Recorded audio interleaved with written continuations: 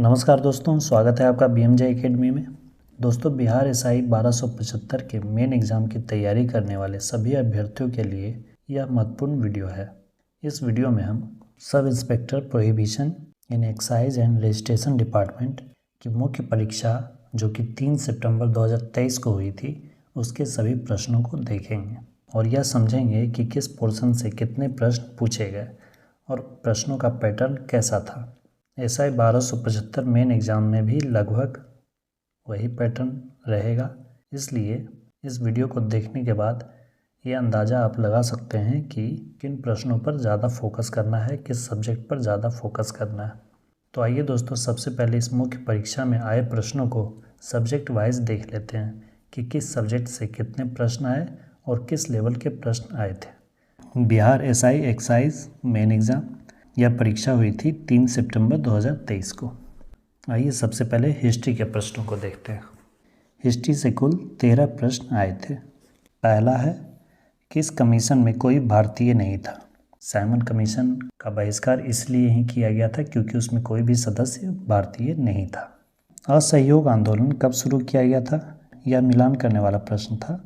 तो असहयोग आंदोलन 1920, खेड़ा सत्याग्रह 1918, चंपारण सत्याग्रह 1917, अहमदाबाद मिल मजदूर हड़ताल 1918।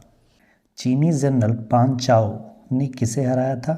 इसने कनिष्क को हराया था। पाटलिपुत्रा नगर की स्थापना किसने की थी? उदायन ने।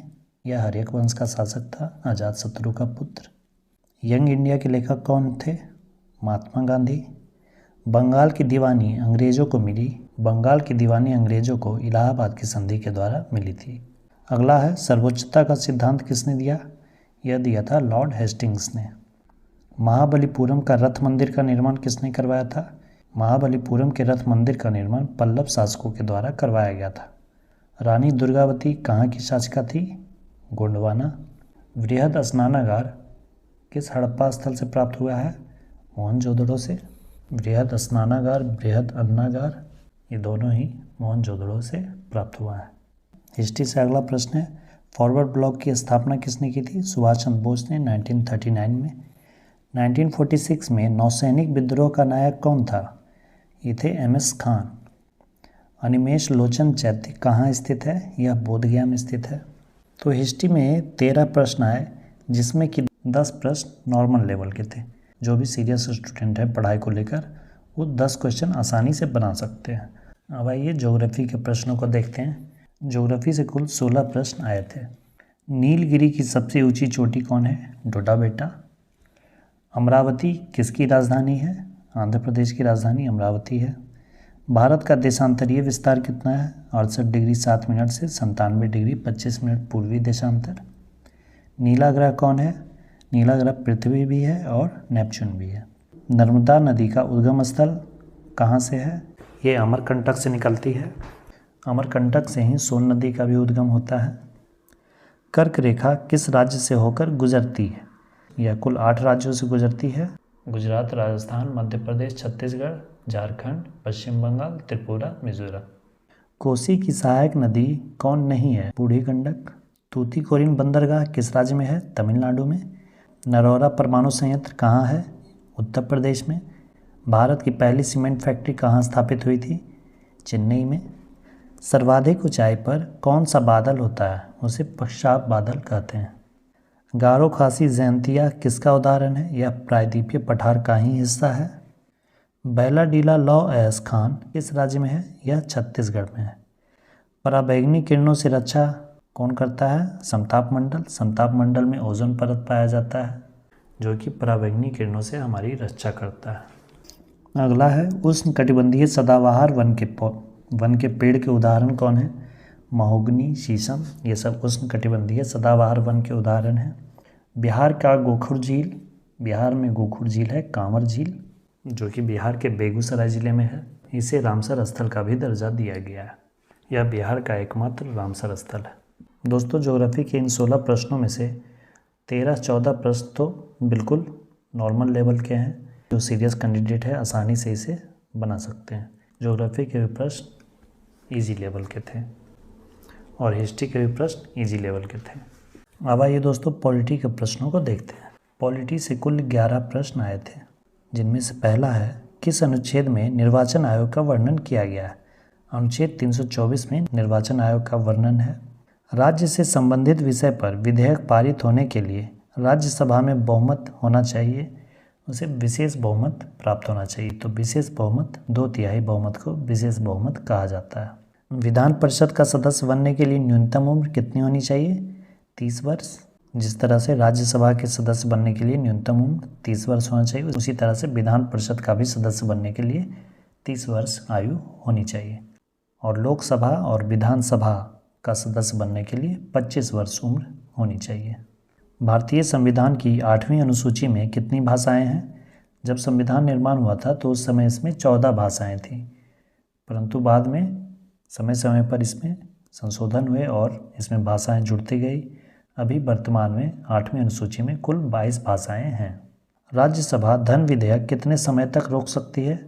राज्यसभा हो या फिर विधान परिषद हो, कोई भी धन विधेयक को 14 दिन तक के लिए रोक सकती है। उसके बाद वह विधेयक स्वतः ही पारित हो जाता है। मंत्रिमंडल में सदस्यों की अधिकतम संख्या कितनी हो सकती है? 15%। कुल सदस्यों का 15%। संविधान सभा के प्रथम अध्यक्ष कौन थे? प्रथम अस्थायी अध्यक्ष डॉक्टर राजेंद्र प्रसाद, और अगर अस्थायी पूछे तो डॉक्टर सच्चिदानंद सिन्हा। पंचायती राज व्यवस्था किस संशोधन द्वारा जोड़ा गया था? पंचायती राज व्यवस्था 73वां संविधान संशोधन 1992 के द्वारा जोड़ा गया था। 44वां संविधान संशोधन द्वारा किस मौलिक अधिकार को निरस्त किया गया? 44वें संविधान संशोधन द्वारा संपत्ति का अधिकार, जो कि अनुच्छेद 31 में था, उसे निरस्त करते हुए उसे अनुच्छेद 300 क में कानूनी अधिकार बना दिया गया। कोठारी कमीशन किससे संबंधित था? शिक्षा सुधार से संबंधित था। भारतीय संविधान के किस भाग में केंद्र शासित प्रदेश का वर्णन है? भारतीय संविधान के भाग 8 में केंद्र शासित प्रदेश का वर्णन है। भाग 5 में संघ सरकार, भाग 6 में राज्य सरकार, भाग 7 में राज्यों का समूह के बारे में दिया गया था, जिसे कि 7वें संविधान संशोधन में निरस्त कर दिया गया, और भाग 8 में केंद्र शासित प्रदेश का वर्णन किया गया है। दोस्तों, पॉलिटी के भी इन प्रश्नों में से सभी प्रश्न नॉर्मल लेवल के ही हैं। अब आइए साइंस के प्रश्नों को देखते हैं।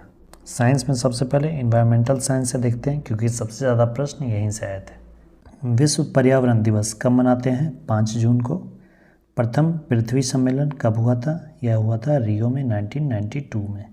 टॉयलेट मैन ऑफ इंडिया किसे कहा जाता है? यह कहा जाता है बिंदेश्वरी पाठक को।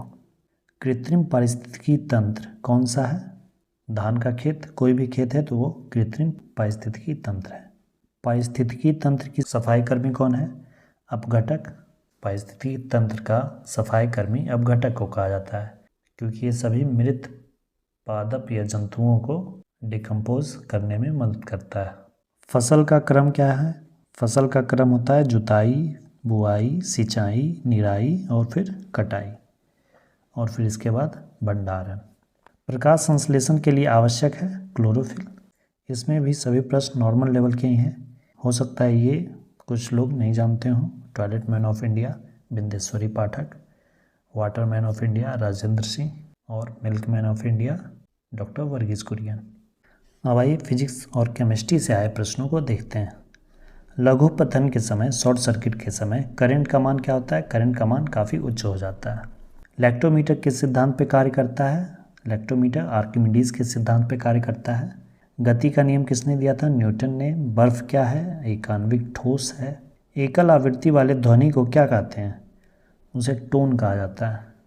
ग्लूकोज का सूत्र क्या होता है? C6H12O6। उत्प्रेरक का कार्य क्या होता है? अभिक्रिया दर को बढ़ा देना। धात्विक खनिज के उदाहरण कौन से हैं? सोना, चांदी धात्विक खनिज है। ध्वनि का तारत्व किस पर निर्भर करता है? ध्वनि का तारत्व आवृत्ति पर निर्भर करता है। फिजिक्स केमिस्ट्री से भी नॉर्मल प्रश्न ही थे। अब आइए बायोलॉजी के प्रश्नों को देखते हैं। मस्तिष्क का सबसे बड़ा भाग सेरेब्रम होता है। बैक्टीरिया जनित रोग क्या है? टाइफाइड। मानव हार्मोन नहीं है साइटोकाइनिन, ये पादप हार्मोन है। पादप हार्मोन में साइटोकाइनिन, जिब्रेलिन, एब्सिसिक एसिड इत्यादि है। अब आइए करंट अफेयर्स और विविध के प्रश्नों को देखते हैं। प्रायः मुख्य परीक्षा में करंट अफेयर से प्रश्न नहीं आते थे, परंतु इस परीक्षा में करंट अफेयर से 4-5 प्रश्न पूछे गए थे। मिशन इंद्रधनुष का संबंध किससे है? टीकाकरण से। यह प्रश्न कई बार पूछा जा चुका है। 2026 में फीफा वर्ल्ड कप कहाँ आयोजित होगा? यह देखिए उत्तर अमेरिका कॉन्टिनेंट, यूएसए, मैक्सिको और कनाडा में होगा। डीआरडीओ द्वारा विकसित लक्ष्य क्या है? यह चालक रहित विमान है। ये सब देखिए करंट अफेयर्स के प्रश्न हैं। सर्वाधिक ऊंचाई पर मतदान केंद्र कौन सा बनाया गया है? ताशीगंग, हिमाचल प्रदेश में। यह भी करंट का ही प्रश्न था। 2011 की जनगणना के अनुसार भारत की साक्षरता दर कितनी थी? यह 73% थी। किस ऐप को आरपीएफ द्वारा बैंड किया गया? ये रियल मैंगो। चंद्रयान 3 के लैंडर का नाम क्या है? विक्रम। बजरंग पुनिया का संबंध किस खेल से है? कुश्ती से। नौका दौड़ प्रतियोगिता किस राज्य में होता है? यह केरल में ओणम उत्सव पे आयोजित किया जाता है। गूगल द्वारा भारतीय ग्रामीण महिलाओं के लिए कौन सा प्रोग्राम चलाया जा रहा है? गूगल द्वारा इंटरनेट सारथी प्रोग्राम चलाया जा रहा है। सीता माता की जयंती कब मनाई जाती है? यह मनाई जाती है बैसाख माह में शुक्ल पक्ष की नवमी को। तो करंट से लगभग 5-6 प्रश्न पूछे गए थे और 5-6 प्रश्न लगभग विविध से पूछे गए थे। दोस्तों हमने कुल 70 प्रश्नों को देखा। ओवरऑल अगर कहा जाए प्रश्नों का लेवल ईजी था। सीटें कम थी, क्वेश्चन लेवल ईजी था, तो जाहिर है कट ऑफ आ जाएगा ही। तो इसका कट ऑफ भी अब आप देख सकते हैं। अनरिजर्व्ड के लिए कट ऑफ था 180.20 यानी कि 90 क्वेश्चंस, और ईडब्ल्यूएस के लिए 175, एससी के लिए 165, एसटी के लिए 164, ईबीसी के लिए 173 और बीसी के लिए 175। तो दोस्तों इस पेपर के अनुसार अगर देखा जाए और पिछले पेपर को भी देखा जाए, 2213 का जो मेन एग्ज़ाम हुआ था उसमें भी क्वेश्चन का लेवल जो था वो इजी टू मॉडरेट था।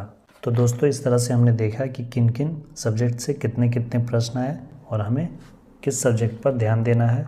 सबसे ज़्यादा प्रश्न आए साइंस में, इन्वायरमेंटल साइंस में हमें ज़्यादा फोकस करना है, और फिर ज्योग्राफी, हिस्ट्री और पॉलिटी, और फिर करंट के भी प्रश्नों को कुछ कुछ देखते रहना है, क्योंकि उससे भी प्रश्न ज़रूर आएंगे। और जब आपका रिजल्ट आ जाए तो मैथ और रीजनिंग की प्रैक्टिस करना बिल्कुल शुरू कर दीजिएगा, और जितना ज़्यादा ब्रॉड आप पढ़ सकते हैं उतना ज़्यादा ब्रॉड आप पढ़िए।